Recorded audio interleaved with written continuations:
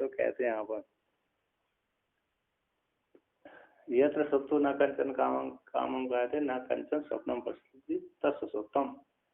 जहाँ पर स्वप्न कोई काम नहीं करता और स्वप्न में नहीं देखता उसको सुसुप्ति कहते हैं।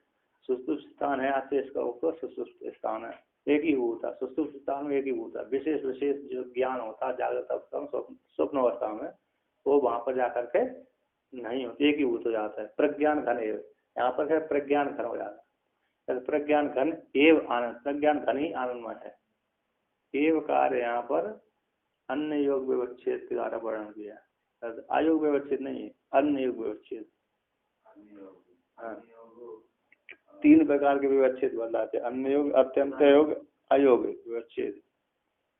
तो अन्य योग व्यवच्छेद पार्थिव धनुर्धर, पार्थी धनुर्धर, अन्य दुर्योधन आदि धनुर्धर नहीं थे, कर्ण आदि धनुर्धर पार्थिव। नीलम उत्पलम च, नीलम च उत्पलम च इति नीलोत्पलम। तो यहाँ पर विशेषण विशेष भाव क्या बताया था, अयोग व्यवच्छेद। और नीलम नीलम उत्पलम भवत्येव, नीलम कौन था छठा, नीलम का विशेषण अत्यंत योग था, अत्यंत योग है कौन सा, नीलम नीलम भवजम भवत्येव। और शंख पांडरा, शंख पांडर है ये, तो यहाँ पर कैसे आता शंख पांडर नीलम, यहाँ पर ये है ना, किधर गया,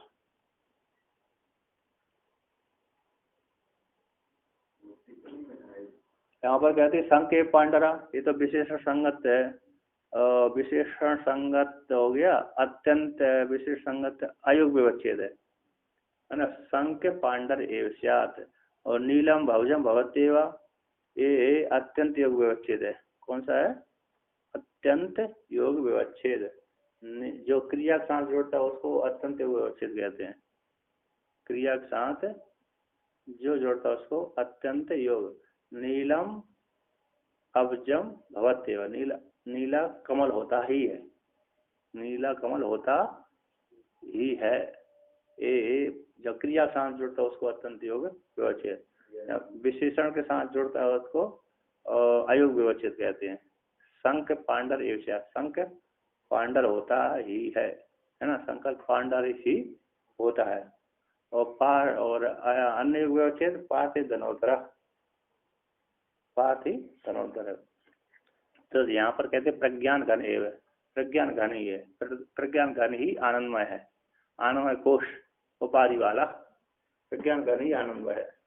ऐसे आनंद का भोग करने वाला है। चेतोमुख, चेतन की ओर मुख वाला, चित्त है ज्ञान स्वरूप मुख वाला, अतः जागृत स्वप्न, जागृत और स्वप्न अवस्था की मुख वाला। ये प्राज्ञ आत्मा का तृतीय पाद है। तो यहाँ पर कहते तदेतत, मूल में कहते हैं तदेतत सुसुप्त स्थानम इति, सुसुप्त स्थान अस्य, इस प्राज्ञ का ये सुसुप्त स्थान है। तो श्रुति के द्वारा स्वयं ही प्रदर्शित है।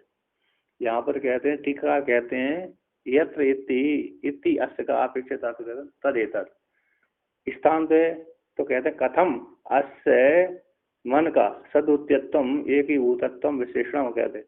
कैसे अस्य, इस मन का, अस्य मन का सदुत्यत्व, सदुत्य मन का एक ही भूतत्व विशेषण कैसे कह दिया। कहते हैं स्थान द्वय प्रवृत्तम, स्थान द्वय से प्रवृत्त मन स्पंदितम द्वैत संगदा द्वैत जातम। इस स्थान द्वय से प्रवृत्त है जो मन है ना, मन स्पंदित दो समुदाय होता है, जागृत अवस्था स्वप्न अवस्था। प्रकृष्ट से प्रवृत्त, स्थान द्वय से प्रयुक्त। यहाँ पर कहते हैं दो नंबर टिप्पणी में दिया है, प्रवृत्त का अर्थ कर दिया स्थान द्वय से प्रयुक्त, विभाग विशिष्ट। जागृत अवस्था स्वप्न अवस्था, जागृत अवस्था में स्थूल रहते हैं और स्वप्न अवस्था में सूक्ष्म रहते हैं। तो स्थान द्वय से प्रवृत्त मन स्पंदित दो समुदाय होता है। अब यहाँ पर आगे कहते हैं, ठीक कारुषि कहते हैं जागृतम च स्वप्नम च इति, जागृत स्वप्न, जागृत स्थान स्वप्न स्थान, दो स्वप्न स्थान है, स्वप्न दो स्थान हो, जागृत स्थान स्वप्न स्थान। तेन उससे प्रवृत्त, उससे दो स्थान से प्रवृत्त ये द्वैत है, यह जो द्वैत द्वैत स्थूल और सूक्ष्म तत्सर्व मन स्पंदित्व, वह संपूर्ण द्वैत समुदाय कैसे मन स्पंदित मात्र है। इति इति बक्ष्यते कहेंगे, बक्ष्यते कहा जाता है। कहते तच्चा, अब आगे कहते हैं तच्चा को आगे कहते हैं ईविति है ना, कहते हैं तथा उसी, मूल में कहते हैं उसी को कहते हैं। तथा स्वरूप अपरित्यागेन अविवेकापन्न नैष्तमो ग्रस्तम इव अहा सा प्रपंचम एकीभूतम इति उच्यते। कहते हैं ऐसा जो द्वैत समुदाय मन स्पंदित मात्र जो द्वैत समुदाय है, वह द्वैत समुदाय को तथा रूप का त्याग न होने से, द्वैत समुदाय का त्याग न होने से अविवेकापन्न अज्ञानापन्न, अज्ञान साथ एकीभूत होता हुआ, नैश तमोग्रस्त मिवा, बोलते नैश तमो, नैश निशारूप तम के द्वारा ग्रस्त दिन के समान संपूर्ण प्रपंच प्रपंच के सहित एकीभूत होता हुआ, ये वहां पर सुसुप्ति अवस्था में एकीभूत सारा द्वैत प्रपंच एकीभूत हो जाता है। यानी मन का जो प्रपंच था जागृत अवस्था में पृथक पृथक दिख रहा था, स्वप्न अवस्था में जो जैसे जैसे दिख रहा था, वो सुसुप्ति अवस्था में जाकर के सारा प्रपंच कैसे हो जाता है, एकीभूत हो जाते हैं। वहां पर ये विशेष विशेष ज्ञान नहीं होता। कहते हैं इस प्रपंच के जैसे नैश तमोग्रस्त मिवहा, जैसे निशा रूप जो रात्रि है, निशा रूप जो रात्रि है, उस रात्रि के द्वारा ग्रस्त मिवहा, जैसे दिन मानो रात्रि ने दिन को ग्रस्त कर लिया, रात्रि ने दिन को क्या कर लिया, ग्रस्त कर लिया।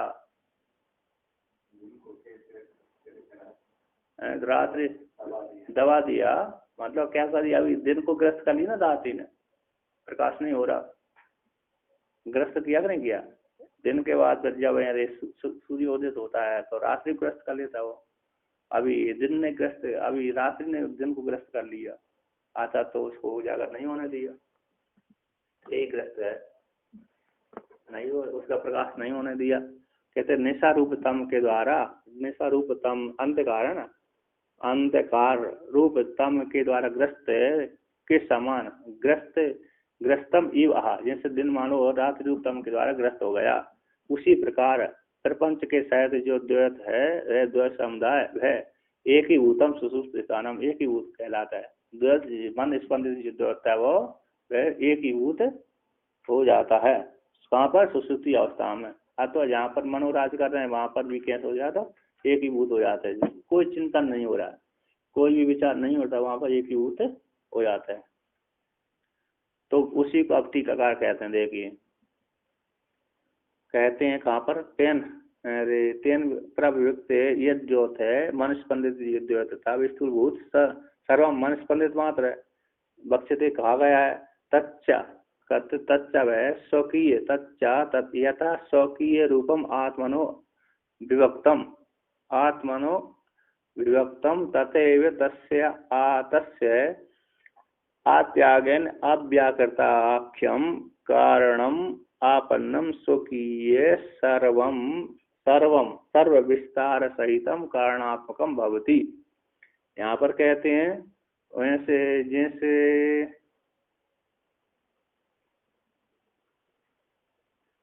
सारे जब मन का जो जागृत अवस्था में पृथक स्वप्न अवस्था में जो भोग कर रहा था, मन अलग अलग विषय कर रहा था, सुसुप्ति अवस्था में जाते ही वो मन प्राग रूप से परिणत हो जाता है। वहां पर विशेष ज्ञान नहीं रहता। मन में जागृत अवस्था में विश्व रूप से रहता है और स्वप्न अवस्था में तेजस रूप से रहता है, किंतु सुसुप्ति में प्राग रूप से अवस्थित हो जाता है। और सुसुप्ति में जाकर के जो मन था कारण रूप से अवस्थित हो जाता है, उसकी जितनी प्रज्ञा थी विशेष थी वो समाप्त हो जाती है ना, लीन हो जाती है। कहते हैं तच्चा वह प्राज्ञ स्वकीय रूप को संस्कार रूप को, यह था जिस प्रकार से तच्चा वह प्राज्ञ स्वकीय रूप को संस्कार रूप को आत्मनो आत्मा से अपने से, आत्मा ने अपने से विभक्त, अपने से अविभक्त द्वैत रूप संस्कार को विभक्त न करता हुआ, सच्चर प्राज्ञ स्वकीय रूप से स्वकीय संस्कारों को आत्मा से विभक्त, वहां पर आत्मनो अविभक्त अथवा विभक्त है ना, विभक्त शब्द है, आत्मा से विभक्त, आत्मा से विभक्त हुआ, तथा उसी प्रकार से द्वैत जो है तस् उस द्वैत का त्याग न होने से, यानी संस्कार रूप का अपने से जो प्राग आत्मा है ना, प्राग ईश्वर है ना, प्राग जीवात्मा है, वहां पर कहते तच्चा वह प्राग, तच्चा का अर्थ कारण, तत्व है मन के जो संस्कार थे द्वैत समुदाय थे, द्वैत समुदाय को आत्मा से विभक्त, आत्मा से तो विभक्त है, कैसे हैं, आत्मा से विभक्त अथवा अपने से विभक्त, किंतु द्वैत समुदाय से विभक्त न होते हुए, है ना। कारण कैसे, जितने भी द्वैत समुदाय, मन स्पंदित मात्र है और मन में सारे वो मन में छुपे हुए हैं, संस्कृत हैं, और स्थूल और सूक्ष्म रूप से तो विभक्त है, कारण रूप से विभक्त नहीं है। जैसे घटपट आदि जागृत अवस्था में जैसे पृथक पृथक हो रहे थे, वैसे वहां पर पृथक पृथक वासित नहीं होते जब सुसुप्ति में जाता है, और स्वप्न में भी पृथक पृथक वाहन होता है, प्रतीत होता है, किंतु सुसुप्ति में जाकर के वो भी वाहन नहीं होता। तो आत्मा से विभक्त तथैव उसी प्रकार से ही जो द्वैत है, तथैव उसी प्रकार से द्वैत और कारण कार्य रूप से विभक्त है और कारण रूप से विभक्त नहीं है, ऐसा तस्त उस द्वैत का त्याग, कहते द्वैत को त्याग न करता हुआ, यदि द्वैत का त्याग कर दिया तो मुक्त हो जाएगा, है ना। द्वैत का अपने से तो भिन्न है, प्राग चेतन रूप आत्मा से तो द्वैत समुदाय कैसा है, भिन्न है, कि द्वैत समुदाय द्वैत से भिन्न नहीं है। ऐसा जो द्वैत समुदाय है तस् उसका द्वैत समुदाय को बिना त्यागे अव्याकृताक, जो अव्याकृत नामक कारणापन्नम, कारणापन्नम कारण भाव को प्राप्त हो किया, स्वकीय सर्व विस्तार सहितम, स्वकीय संपूर्ण विस्तार के सहित कारणात्मकम भवती प्राज्ञा, जो सुसुप्ति अवस्था में द्वैत कहाँ थे, सुसुप्ति अवस्था में यदि द्वैत को त्याग कर दिया तो मुक्ति हो जाएगा वहीं।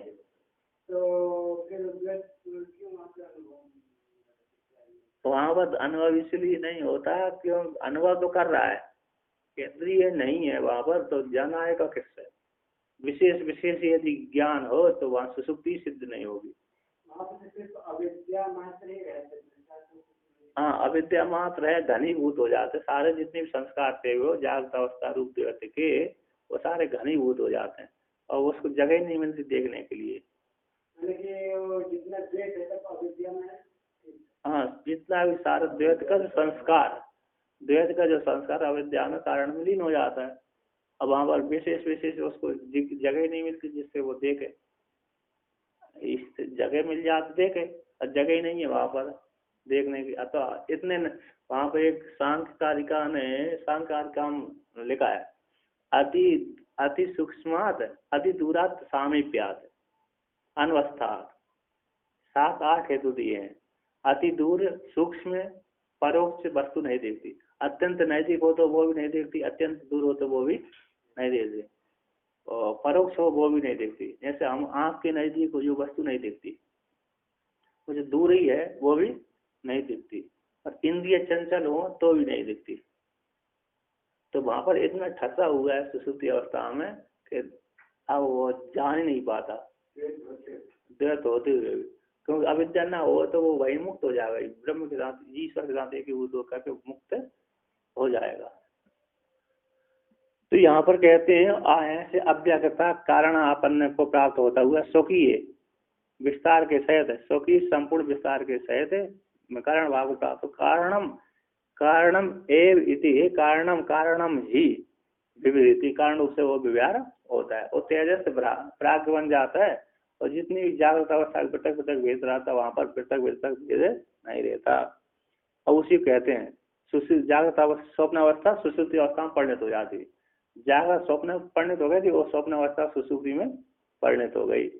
और उसी कहते हैं तस्याम चावस्थायाम तद उपाधिर आत्मा एकीभूत विशेषण भाग भवती, कहते तस् सुसुप्ति अवस्था नहीं, आगे बोल दिया है, कहते हैं यथा उदाहरण देते हैं यहाँ पर, कहते हैं स्वकीय रूप तत् वह स्वकीय प्राग आत्मा है ना, स्वकीय रूप संस्कार रूपों को आत्मा से विभक्त करता हुआ तथा उसी प्रकार से द्वैत को तत्व से द्वैत का त्याग किए बिना अव्याकृत कारण भाव को प्राप्त होकर स्वकीय विस्तार के साथ कारण भाव को भावी होता है। तो कहती है था जैसे आहार, जैसे दिन है निशारूप रात्रि के द्वारा, निशारूप तम के द्वारा ग्रस्त होता हुआ तम रूप से तमस्त रूप से तमस्त रूपेण तमस्त रूप से ही व्यवहार किया जाता है। मान लो तम सूर्य को ढक लिया, अंधकार ने सूर्य को ढक लिया, ये सूर्य है।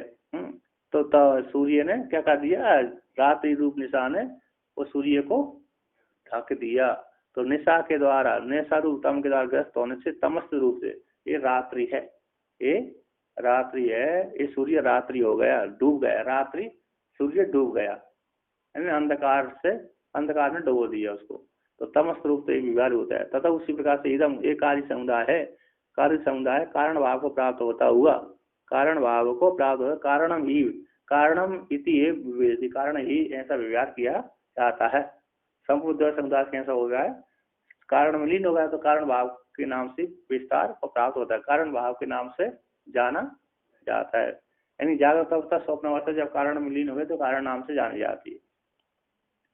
कहते हैं तस्याम अवस्थायाम तद उपाधि आत्मा एक ही भूत विशेषण भागवत, उस अवस्था सुसुप्ति अवस्था में उसकी उपाधिभूत जो आत्मा है ना एक ही भूत हो जाते हैं।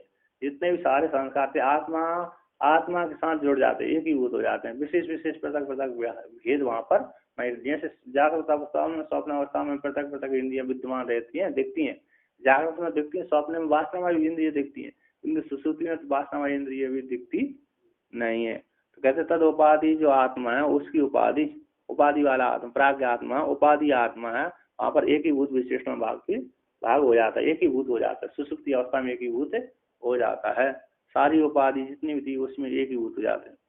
कहते तथापि कारण औपितस्य प्राग घन विशेषणम अयुक्तम निरुपाधिकस्य एव तथा विशेषण संवादिति आशंका। कहता तथापि फिर भी यहाँ पर उस सुसुप्त अवस्था में जो तद उसकी उपाधि आत्मा है ना एक ही भूत विशेषण भाग हो जाती है। कौन? प्राज्ञात्मा। प्राज्ञात्मा कारण आत्मापन्न हो जाता है, प्राज्ञात्मा हो जाता है, एक ही भूत उपाधि वाले हो जाते, एक ही भूत हो जाता है। सुसुप्ति अवस्था में प्राज्ञात्मा कैसे हो जाता है? एक ही भूत है। चेतन में चेतन हूँ इस प्रकार का ज्ञान नहीं रहता, मैं हूँ वो तो वहां पर रहता है। जिस काल में सुसुप्ति अवस्था में रहता है उस काल में मैं चेतन हूँ कि ये भी भान नहीं रहता, हूँ तो है लेकिन जागृत अवस्था में आता है इसलिए मैं अच्छी प्रकार से इतना ज्ञान होता है। अब वहां पर कैसे भोग रहा था वो ही जाने, सुसुप्ति अवस्था में कैसे भोग रहा था वो जान ही नहीं है ना।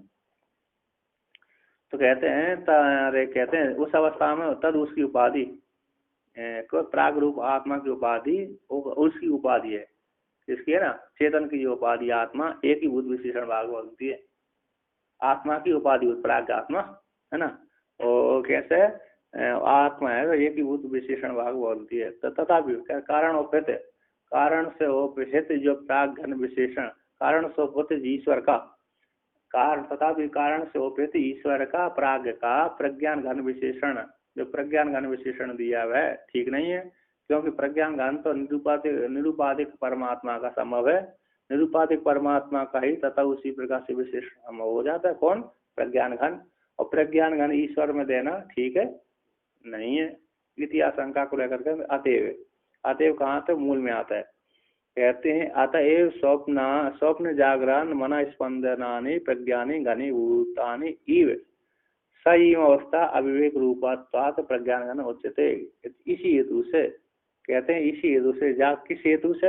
एक ही भूत हो जाने से, अतएव एक ही भूत हो जाने से वहां पर रात्रि सुसुप्ति अवस्था में सब कुछ एक ही भूत हो जाने से स्वप्न जागृत जो स्वप्न और जागृत के जितने पदार्थ मन स्पंदित मात्र प्रज्ञा थे और प्रज्ञा जितनी प्रज्ञा थी जागृत अवस्था में प्रत्येक और स्वप्न अवस्था में तो मनो मात्र प्रज्ञा और जागृत अवस्था में शब्द आदि वाली मन में प्रज्ञा हो रही है। तो स्वप्न अवस्था जागृत अवस्था में मन स्पंदित जो प्रज्ञानी है वे घनीभूतानि इव घनीभूति के समान हो जाती हैं, घनीभूतानि इव घनीभूत के समान क्या हो जाती हैं, सुषुप्ति अवस्था में हो जाती हैं। तो सा ये घनीभूत के समान हो गई, सयम अवस्था, भय अवस्था ही, सुषुप्ति अवस्था ही अविवेक रूप वाली होने से प्रज्ञान का ऐसा कहा जाता है। अब उसी को टीकाकार कहते हैं। देखिए, कहते सर्वस्व कार्य प्रपंच से, संपूर्ण कार्य प्रपंच का, मन के सहित कार्य प्रपंच का सुषुप्ति में कारण आत्मा रूप से अवस्थिति हो जाने से, स्थित हो जाने से कैसे प्रज्ञान गण कहलाते। कहते हैं सुषुप्ति अवस्था में प्रयुक्त प्रज्ञाओं का एक मूर्तित्व वास्तव में नहीं है। सुषुप्ति अवस्था में स्थित, सुषुप्ति अवस्था में प्रागुक्त जो प्रज्ञा है ना, उन प्रज्ञाओं को एक मूर्तित्व वास्तव में पारमार्थिक सत्य नहीं है। पुनर्यथा पूर्व विभाग का, जागृत अवस्था में ना, जागृत अवस्था में अलग अलग हो जाते हैं।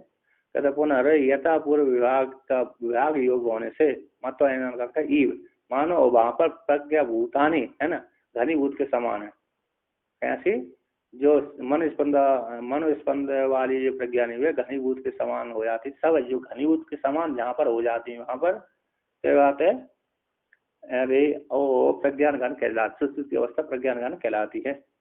अविवेक रूप होने से प्रज्ञान गण कहते सुषुप्ति अवस्था में, टीकाकार कहते हैं सुषुप्ति अवस्था का कारण आत्मा रूप से होने से, सुषुप्ति अवस्था का कारण स्वरूपात्मक होने से जागृत और स्वप्न की प्रज्ञाओं का तत्र वहीं पर सुषुप्ति अवस्था में एक ही भाव हो जाने से प्रज्ञान शब्द वाच्यता इति उस उक्त को ही अनुवाद करते संयम। जब जहाँ पर एक जैसी इकट्ठी हो जाती है ना, कारण सुषुप्ति अवस्था का कारण स्वरूपात्मक है, और जागृत स्वप्न प्रज्ञाओं का तत्र वहीं पर सुषुप्ति अवस्था में एक ही भाव हो जाने से प्रज्ञान घन शब्द वाच्यता है, प्रज्ञान शब्द वाच्यता को प्राप्त हो जाते हैं। इति उक्त अनुवाद को संयम, वही अवस्था जो प्रज्ञान घन के समान हो जाती है। जागृत अवस्था स्वप्न अवस्था की जितनी प्रज्ञा थी वो घनीभूत के समान जैसी हो जाती, वही अवस्था सुषुप्ति अवस्था कहलाती, कारण आत्म रूप से अवस्थित हो जाती, उसी को प्रज्ञान घन कहते हैं।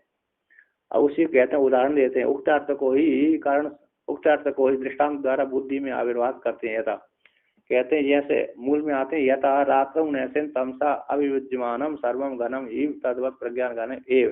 कहते हैं जैसे रात्रि रूप निशा के द्वारा, रात्रि रूप निशा रूप तम के द्वारा संपूर्ण जगत को विभाज्यमान न होता हुआ, विभाज्यमान न हो, पृथक रूप से दिखता न होता हुआ सर्वम घनीभूत के समान हो जाता है। प्रज्ञा आत्मा भी संपूर्ण, जैसे गहरी अंधेरी रात है तो घट यहाँ रखा है, पट यहाँ रखा है, मठ यहाँ रखा है, ऐसा ज्ञात नहीं होता है, रखी तो है, ठीक है, ये घट यहाँ पर रखा है, पट यहाँ पर रखा है, सारे अंधकार से दब जाते हैं, स्वतंत्र रूप अंधेरे से, और भी अज्ञान से, अविद्या रूप अज्ञान से, कारण आत्मा रूप से अज्ञान। तो यहाँ पर जैसे उदाहरण दिया, जैसे रात्रि में निसरूप तम के द्वारा अलग अलग दिन में अलग अलग प्रतीत होते हुए भी वहां पर तम के द्वारा आवृत हो जाने से अविभाज्यमान, विभाग को प्राप्त न होते हुए सर्वम घन के समान हो जाता है, एक जैसे घन के समान, ठोस के समान हो जाते हैं। तद्वत उसी प्रकार प्राग ज्ञान भी उसी प्रकार का है। जैसे जागृत अवस्था में कुछ नहीं होता, नहीं दिखता, जैसे जागृत अवस्था में देखता है ऐसे वहां पर सुषुप्ति अवस्था में नहीं दिखता। जैसे दिन में भी देखिए, दिन में भी कैसे कोहरा पड़ जाता है ना, तो कोहरा पड़ जाते, आप तो जहाँ अपने को देख रहे तो आप दूसरे व्यक्ति को नहीं देख पाते। जब घना कोहरा हो जाता है तो घन के समान हो जाता है, उसी पर रात्रि में भी व्यक्ति घन के समान हो जाता है, अंधकार रूप घन के समान हो जाता है, कुछ नहीं दिखता। कहते हैं हाँ, प्रज्ञान घन हो जाता है, सारी बुद्धि जितने भी प्रज्ञा थी ना, वो प्रज्ञा है पृथक पृथक नहीं दिखती, एक जैसी दिखती, एक ही होती। जितनी प्रज्ञा, पांचों ज्ञानेंद्रिय की वो प्रज्ञा बनती नहीं है वहां पर, पृथक पृथक। तो कहते हैं यहाँ पर चलो बुद्धि नहीं बनती वहां पर, बुद्धि की वृत्तियां तो रहती हैं, अविद्या की वृत्ति रहती है, लेकिन विशेष विशेष ज्ञान नहीं होता। तो कहते हैं यहाँ पर अविद्या की वृत्ति नहीं रहेगी तो, हाँ, तो अविद्या की वृत्ति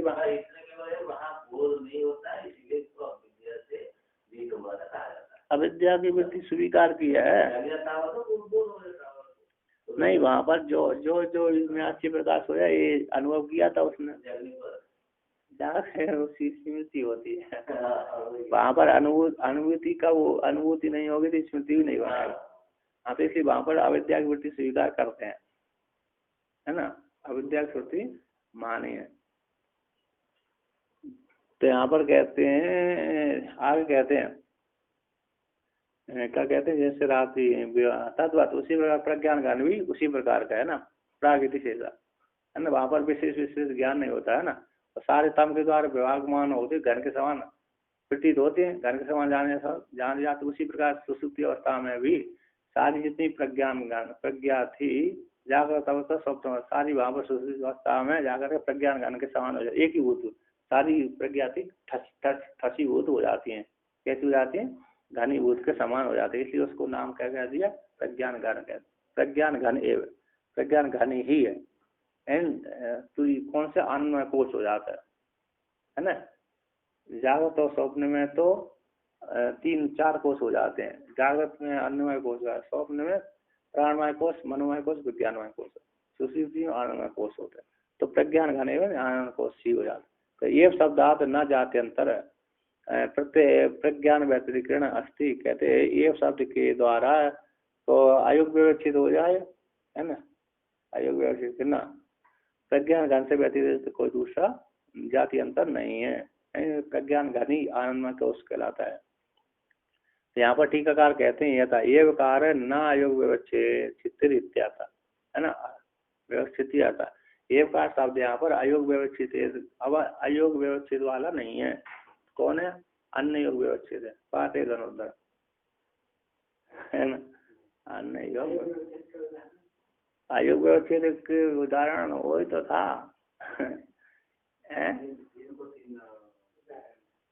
अयोग व्यवस्थित का है संख पांडर विवाह,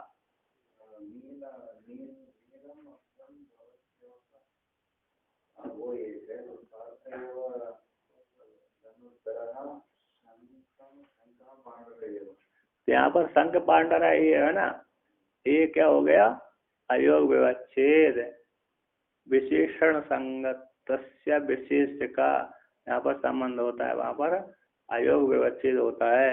यहाँ पर शब्द के साथ ही संबंध होता है, वहाँ पर अन्य योग व्यवच्छेद होता है। यहाँ पर क्रिया के साथ संबंध होता है, वहाँ पर अत्यंत योग व्यवच्छेद होता है। विशेषण संगत यदि यहाँ पर ये शब्द से यहाँ पर प्रज्ञान घन के साथ जुड़ा है, इसी यहाँ पर अयोग व्यवच्छेद नहीं है। अन्य योग व्यवस्थित पार्थ धनुर्धरा, पार्थी धनुर्धर है। यहाँ पर एक कार्य का अयोग व्यवच्छेद को हटाने के लिए एक कार्य कौन से? प्रज्ञान घन ही आनंदमय कोश है, अन्नमय न अन्य कहते अयोग व्यवच्छेद नहीं है। ये कार्य यहाँ पर अब व्यवच्छेद हटाने के लिए, अन्य योग व्यवस्था हटाने के लिए ये कार्य है ना। आयोग कहते अयोग व्यवस्थिति, अयोग व्यवस्थिति यहाँ पर एवकार शब्द से यहाँ पर जो एवकार शब्द आई अभी अयोग व्यवस्थिति नहीं है, अतः अन्य योग व्यवस्थिति का ही है। कहते किंतु अन्य योग यहाँ पर कहते ये एवकार शब्द यहाँ पर अन्य योग अयोग व्यवस्थित मान लिया जाए न, मान लिया जाए न। एवकार शब्द यहाँ पर एवकार का अयोग व्यवस्थिति नहीं है, तो क्या है? तो किंतु अन्य योग व्यवस्थिति है। अन्य योग व्यवस्थिति, अन्य योग व्यवस्थेद एवकार शब्द का एक बार जहाँ पर अन्य योग व्यवस्थित से आया हुआ है। इन पाठ धनुर्धर प्रज्ञान का नहीं आनंदमय कोश है, प्रज्ञान का नहीं आनंदमय। तो कहते हैं हे शब्द से न जाति अंतर प्रज्ञान से व्यतिरिक्त अस्थि है ना। प्रज्ञान से शब्द से प्रज्ञान से व्यतिरिक्त कोई जाति अंतर नहीं है, प्रज्ञान ज्ञान ही आनंदमय है। एक ही जो भूत हुआ है वो प्रज्ञान ज्ञान, जो एक ही भूत है वह प्रज्ञान ज्ञान ही है, यानी आनंदमय कोश ही है। कहते प्रज्ञा, कहते यहाँ पर प्रज्ञा का आनंद विकारत्व भावना होने पर, प्रज्ञा का आनंद का विकारत्व नहीं है ना। प्रज्ञा आनंद का विकार न होने पर कैसे आनंदमयत्व विशेषण प्रज्ञान ज्ञान का दे दिया। आनंदमय कोश को आनंदमय शब्द है, ये प्रज्ञान ज्ञान का विशेषण कैसे दे दी, जबकि प्रज्ञान घन आनंदमय कोश, आनंदमय का विकार है ही नहीं है। जब विकार न होने पर कैसे आपने आनंदमय विशेषण प्रज्ञान घन को दे दिया? ऐसी प्राप्ति हो जाने पर कहते हैं, यदि आशंका को लेकर कहते हैं, क्या कहते हैं? कहते स्वरूप, कहते स्वरूप सुख की अभिव्यक्ति के प्रतिबंधक दुख का अभाव होने से प्राचुर्य में मठ ग्रहण करके विशेषण की उत्पत्ति हो जाती है, इसको दिखलाते हैं, बोलते हैं, है ना? क्यों? कहते पूर्व पक्षी कह रहा है, पूर्व पक्षी कह रहा है कि यहाँ पर आपने प्रज्ञान घन का विशेषण होने दी आनंदमय, तो आनंदमय, तो जब आनंदमय जो है वह तो उस आनंदमय का विकास तो प्रज्ञान घन नहीं है, फिर आप कैसे अरे उसको विशेषण बना लिया प्रज्ञान घन एवं आनंदमया? ऐसी आशंका हो जाने पर कहते स्वरूप सुख की अभिव्यक्ति के प्रतिबंधक जो दुख है, उस दुख का सुसुप्ति में अभाव होने से प्राचुर्यार्थ में जो मठ, पूर्व पक्षी कह रहा था प्राचुर्यार्थ में अलग तो स्वरूप अर्थ में मठ ले लो, कि नहीं, प्राचुर्यार्थ में मठ को विदित करके, है ना, प्राचुर्यार्थ में मठ को ढेर का ढेर है प्राचुर्यार्थ, मनोप्राया प्राचुर्यार्थ में मठ को ग्रहण करके विशेष विकार अर्थ में, तो विकार अर्थ में नहीं है, तो आपने कैसे विचार के प्राचुर्यार्थ में? प्रज्ञान आनंद का विकार नहीं है प्रज्ञान, फिर आपने विशेषण कैसे दे दिया? कहते हाँ, तो कैसे आपने विशेषण बना दिया? जब तो प्रज्ञान घन उसका विकार होता तो ठीक दे देते, किंतु उसका विकार है नहीं है ना, अलग स्वतंत्र अलग है, कैसे दे दिए? कहते स्वरूप की अभिव्यक्ति के प्रतिबंधक जो दुख है उसका अभाव हो जाने से प्राचुर्य में मठ को ग्रहण करके विशेषण की उत्पत्ति हो जाएगी, दिखलाते हैं मन से। मनसो विषय विषयी आकार स्पंदनायास दुख के अभावात आनंदमया आनंद प्रायो न आनंद एवं। कहते जो मन का है विषय विषयी आकार स्पंद अरूप आयास, है ना, स्पंदन आयास दुख का, जैसे जागृत अवस्था में स्वप्न अवस्था में तो मन ही विषय बनता है, मन जागृत अवस्था में तो विषय अलग होते हैं, मन उसका विषय बनता है, किंतु स्वप्न अवस्था में तो कैसे होता है, मन विषय ही बनता है और विषय बन जाता है, विषय और विषय दोनों बन जाते, विषय और विषय दोनों बन जाता है। तो मन का विषय विषयी आकार स्पंदित जो स्पंदन रूप आयास से जो दुख होता था, उस दुख का अभाव हो जाने से आनंदमय ही आनंदमय ने आनंद प्राया मठ पर कैसे प्राचुर्य अर्थ में हो गया। तो यहाँ पर कहते हैं आनंदमय ने आनंद प्रायो न आनंद वे, आनंद ही नहीं है, क्योंकि सुसुप्ति अवस्था का बात करते हैं। यदि आनंद का ही सिद्ध कर लिया, आनंदमय को हटा मठ हटा करके आनंद स्वरूप परमात्मा सिद्ध कर लिया, तो वो भी फिर बात ही नहीं हो पाएगा, है ना। तो इदम का विषय नहीं मानता, कहते न आनंदमया जो वहाँ पर है सुसुप्ति विषय विषय आकार स्पंदन रूप आयास के हवा हो जाने से सुसुप्ति अवस्था आनंदमय, सुसुप्ति अवस्था आनंदमय आनंद प्राय होती है, न आनंद स्वरूप और सुसुप्ति अवस्था आनंद स्वरूप ब्रह्म नहीं होती। दो साल के ब्रह्म ही सुसुप्ति हो गई, तो जड़ हो जाएगा, ज्ञान भी हो जाएगा, सुसुप्ति में ज्ञान हो जाना चाहिए, सुसुप्ति जीव को वहीं से मुक्त हो जाएगा। आनंद ही बोल दिया, सुसुप्ति में ही आनंद बोल दिया, तो जीव जहाँ से गया जागृत गया, तो सुसुप्ति में जाकर के आनंद परमात्मा शांति की भूत हो गया, तो वहीं मुक्त हो गया, उसी को देते हैं, इसी खतर करते हैं। हाँ, यहाँ एक तो आनंदमय कोश है, आनंदमय शब्द यहाँ पर आनंद प्राय है, आनंदमय कोश है, न आनंद एवं आनंद ही नहीं है, यानी स्वरूप वाला आनंद सुसुप्ति वाला नहीं है। सुसुप्ति में जो आनंद बनता है वो आनंद कोश है, ना कि आनंद स्वरूप परमात्मा। सुसुप्ति में जो आनंद मिलता है वो स्वरूप का आनंद है, स्वरूप के आनंद का भोग करता है, लेकिन वहाँ पर उपाधि है, आनंद का भोग तो बोलता है ठीक है, लेकिन एक उपाधि बीच में अविद्या और उपाधि जुड़ी हुई है। यदि वहाँ पर निर्विशेष आनंद से जुड़ गया, उपाधि को हटाकर निर्विशेष आनंद से जुड़ गया, तो वहीं के वहीं दे जाएगा, पर आएगा ही नहीं लौट करके। जैसे सप्त भूमिका व्यक्ति हो जाता है, तो उसी को देखिए यहाँ पर कहते हैं मैट मैट प्रत्यय है ना, मैट प्रत्यय स्वरूपार्थ होने से, स्वार्थ में होने से, मैट प्रत्यय स्वार्थ में होने से, स्वरूपार्थ वाला होने से आनंदमयत्वम यानी आनंदात्वम क्यों न माना जाए। मैट प्रत्यय का स्वरूपार्थ होने से, स्वार्थ में होने से, है ना, स्वरूपार्थ वाला होने से आनंदमयत्वम, आनंदमयत्व को आनंदत्वम ही क्यों ना मान लिया जाए। आनंदमय मैट प्रत्यय स्वरूप का अर्थ बोध कराने वाला होने से, स्वरूप अर्थक होने से, है ना, स्वार्थ में होने से तो स्वरूप अर्थ वाला होने से, स्वरूप का बोध कराने वाला होने से आनंदमयत्व जो शब्द आया है श्रुति में, उस आनंद शब्द को आनंदत्वम क्यों न माना जाए, यानी आनंद रूप ब्रह्म ही क्यों न माना जाए। इतिहास शंका को लेकर कहते न आनंदमय, आनंदमय नहीं है। सुषुप्ति अवस्था जो अवस्था है वह आनंदमय वाली आनंद स्वरूप परमात्मा नहीं है।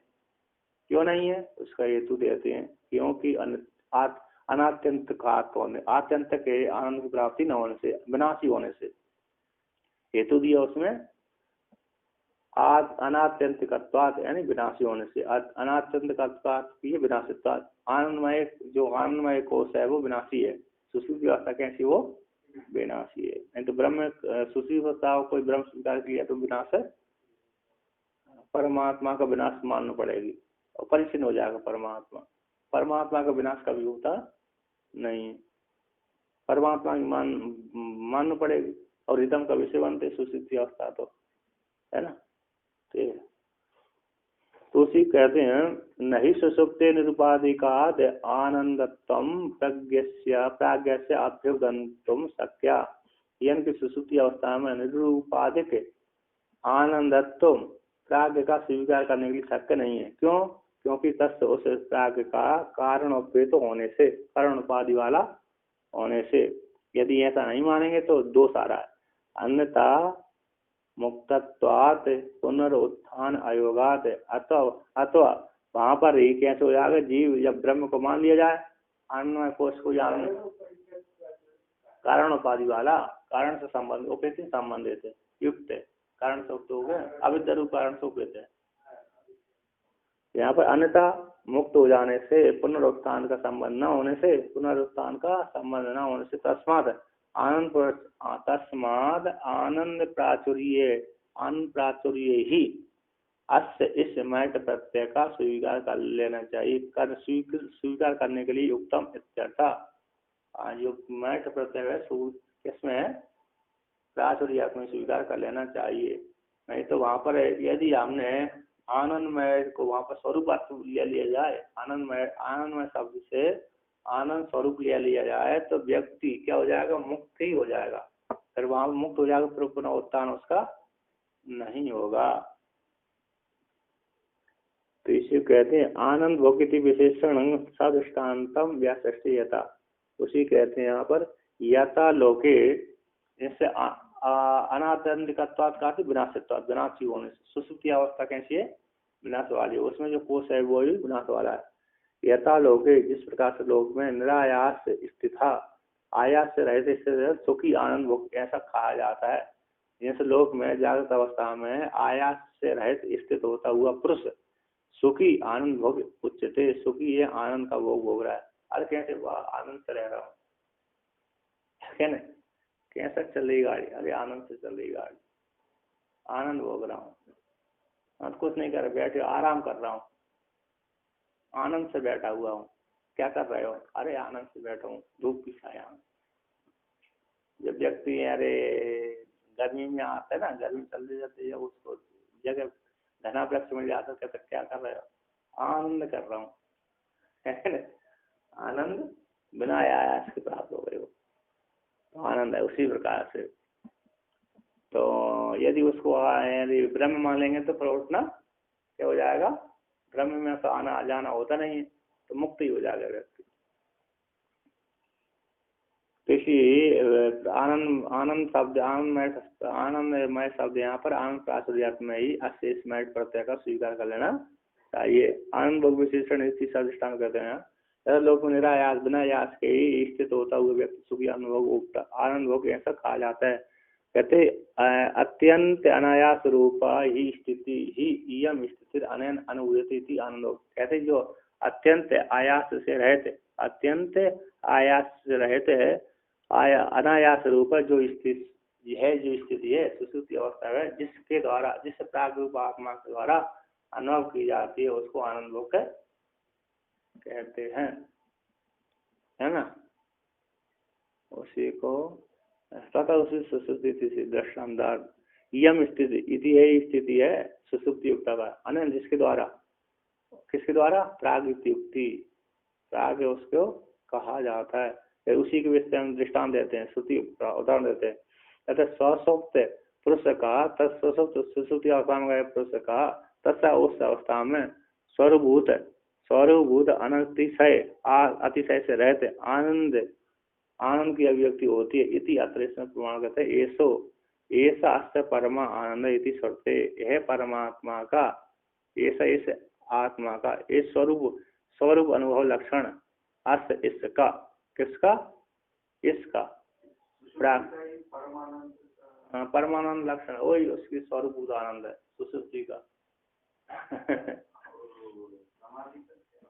समाधि का है, समाधि का निर्विशेष इसका स्वरूप आनंद है, स्वरूप आनंद का भोग करता है वहाँ सुसुप्ति अवस्था में, स्वरूप आनंद का भोग करता है।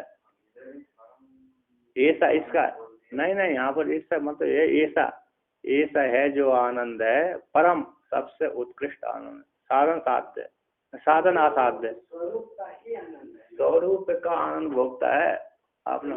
आया साध आया समाधि के आया, समाधि में तो उसको चेतन रूप से ज्ञान होता है, यहाँ पर चेतन रूप से ज्ञान नहीं होता। मैं यहाँ पर कहते साधन के बिना साधन के ही अविद्या विद्यमान रहती है।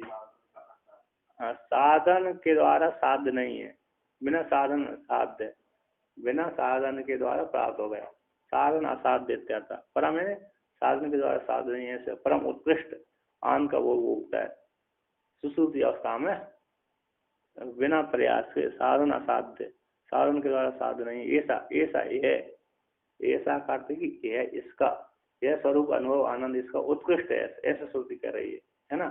स्वरूप अनुभव आनंद इसका उत्कृष्ट आनंद है, इसका स्वरूप ऐसा अस्य इस प्राज्ञ आत्मा का परम आनंद स्वरूपभूत आनंद है, सबसे उत्कृष्ट है, ऐसे का है ना।